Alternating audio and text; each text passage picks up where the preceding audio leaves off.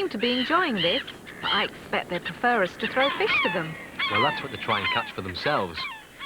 Do you recognise these birds? They're gulls.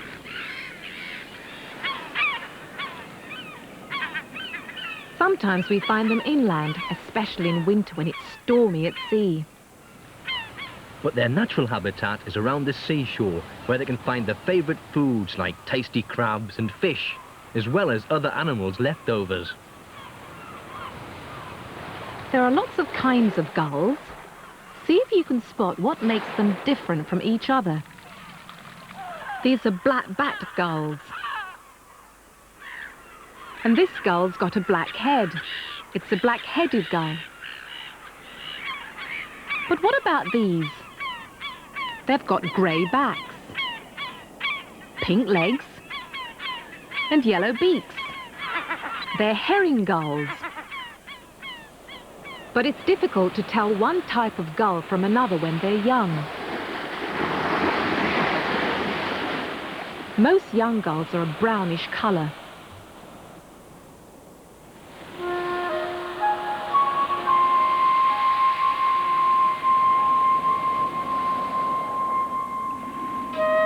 But all gulls have long, thin wings to help them glide easily through the air.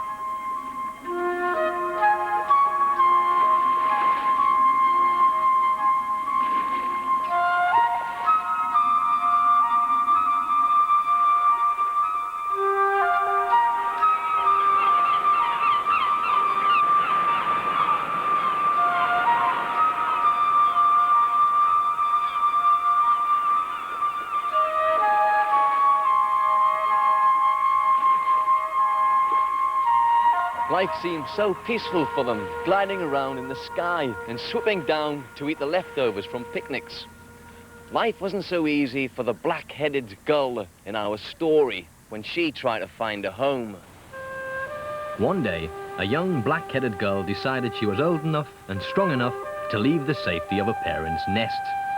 She wanted her own home, where she could find a mate and start to lay eggs of her own. She flew away from the shore, out to sea, hoping to discover more about the world too. She saw a large ocean-going liner and wondered, would this be the perfect home for me? She landed on the handrail, and a smart man in uniform said, "Hello, black-headed gull. Are you coming to live on my ship?" But the black-headed gull saw lots of crates and polystyrene mugs and plastic bags being thrown overboard and thought, I could swallow that plastic bag and it could kill me. I don't think this is the perfect home for me. As she was flying away, she saw a fishing boat bobbing about on the water. She liked the idea of having lots of fish to eat. I wonder, would this be the perfect home for me? "Hello, black-headed gull," said the fisherman. "Are you coming to live on my ship?" But the black-headed gull saw a dangerous-looking fish hook and some torn fishing nets and thought, I could get tangled up in that net and get cut by that fishing hook. I don't think this is the perfect home for me. She flew away to the port, where she saw a big tanker with lots of people around it. I wonder, would this be the perfect home for me? "Hello, black-headed gull. Are you going to live on my ship?" said a seaman. But the black-headed gull saw a slick of dark, sticky oil on the water and thought, I could get covered in oil and be unable to move my wings, and I could die. I don't think this is a perfect home for me. She flew away towards the beach, where she saw children and their families eating fish and chips. So, feeling hungry, she swooped down to look for a tasty piece of batter. This is the place, she said. Hello, black-headed gull, said a young mother. Are you coming to live on my beach? But then a lively dog started to leap up and snap at her wings. I could get bitten by that dog and be injured and die. I don't think this is the perfect home for me. She flew inland to a school playground where some kind children were throwing out crisps for the birds. This is the place, she thought. Hello, black-headed gull, said a little boy. Are you coming to live in my playground? But then an older child started throwing stones at the bird. I could get injured by those children, and perhaps I could die. I don't think this is the perfect home for me. So she flew away rather frightened, and in her panic she hardly saw where she was going. But suddenly she noticed there was no sound apart from bird song. There were hardly any people and certainly no dogs. She had arrived at a muddy island where lots of other birds with unusual beaks were digging around in the mud. She felt at home immediately. I wonder if this is the place. As she looked round, she saw lots of birds just like her. Some sitting on eggs, and some teaching their young to fly. And she thought, This is the perfect place for me. lucky black-headed gull, finding a nature reserve. This is one of the many nature reserves in the British Isles where birds can find a peaceful home.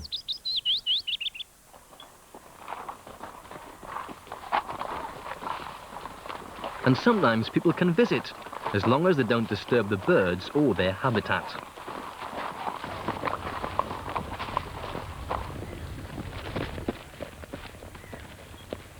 One of the wardens, Pat Eubank, took some of the children to a very special place.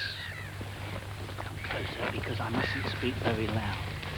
We have got to go in there as quietly as possible, because hopefully there will be birds just outside. We're keeping behind these screens so that the birds can't see us, but they mustn't hear us either. And we're going to go into this building called a hide. Now, can anybody tell me why it's called a hide? Because the birds can't see you when you're in there. That's right. We're hidden from the birds, but we can see them. And hopefully there'll be things outside like moorhen, shelduck, and we know there's gulls because we can hear them calling. Okay.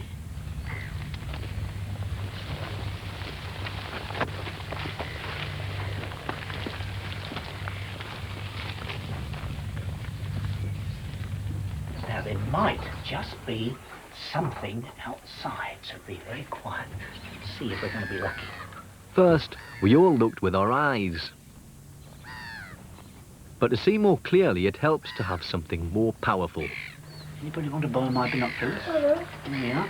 Rest them on there. Put the cord over your head so you don't drop them on the floor. That's right. And see what you can see. That's the peewit, isn't it? Just beside the island. Yes, that's right. Yeah.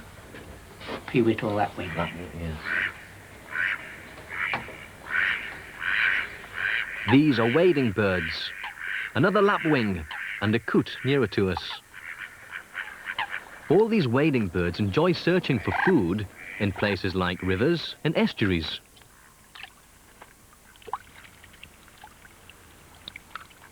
We also saw a family of ducks. Shell ducks.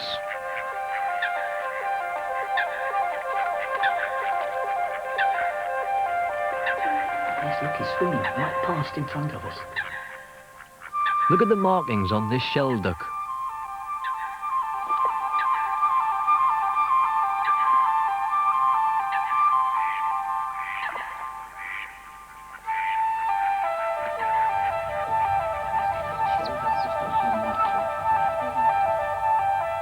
And here's a young gull.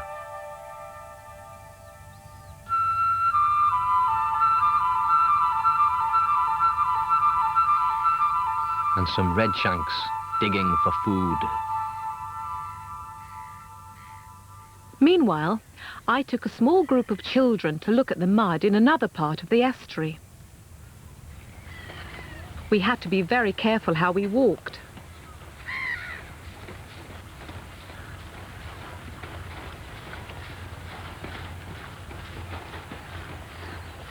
This gives us an idea why the birds like this nature reserve so much. All this gooey mud. This area used to be fields, but gradually the sea has taken over and turned the soil into very special mud. We watch the birds feeding in the mud.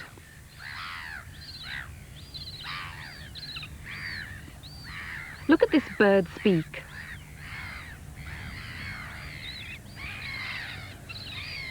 And this one's.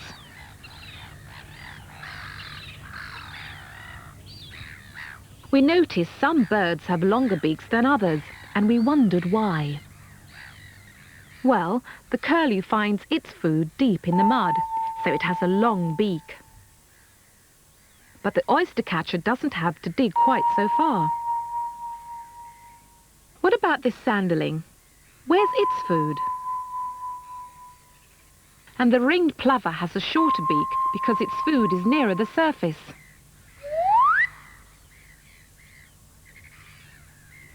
I went to the Medina estuary, a place where young scientists come and investigate what's actually in the mud.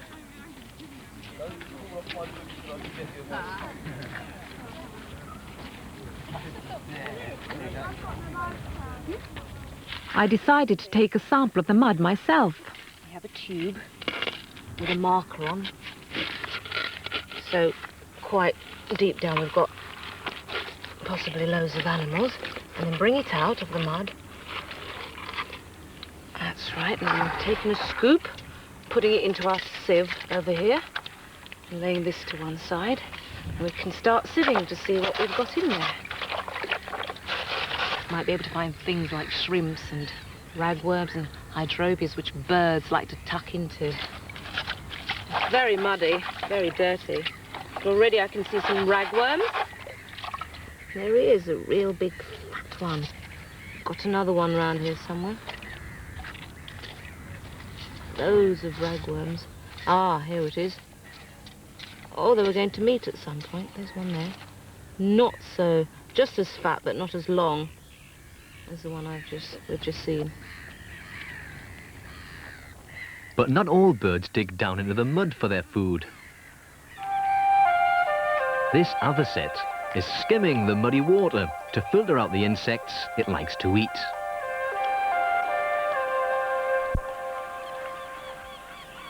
And have a look at these birds. They nest in cliff-top burrows, but fish for their food by swimming in the sea. What are they? They're puffins. Have a good look at their beaks. Goodbye.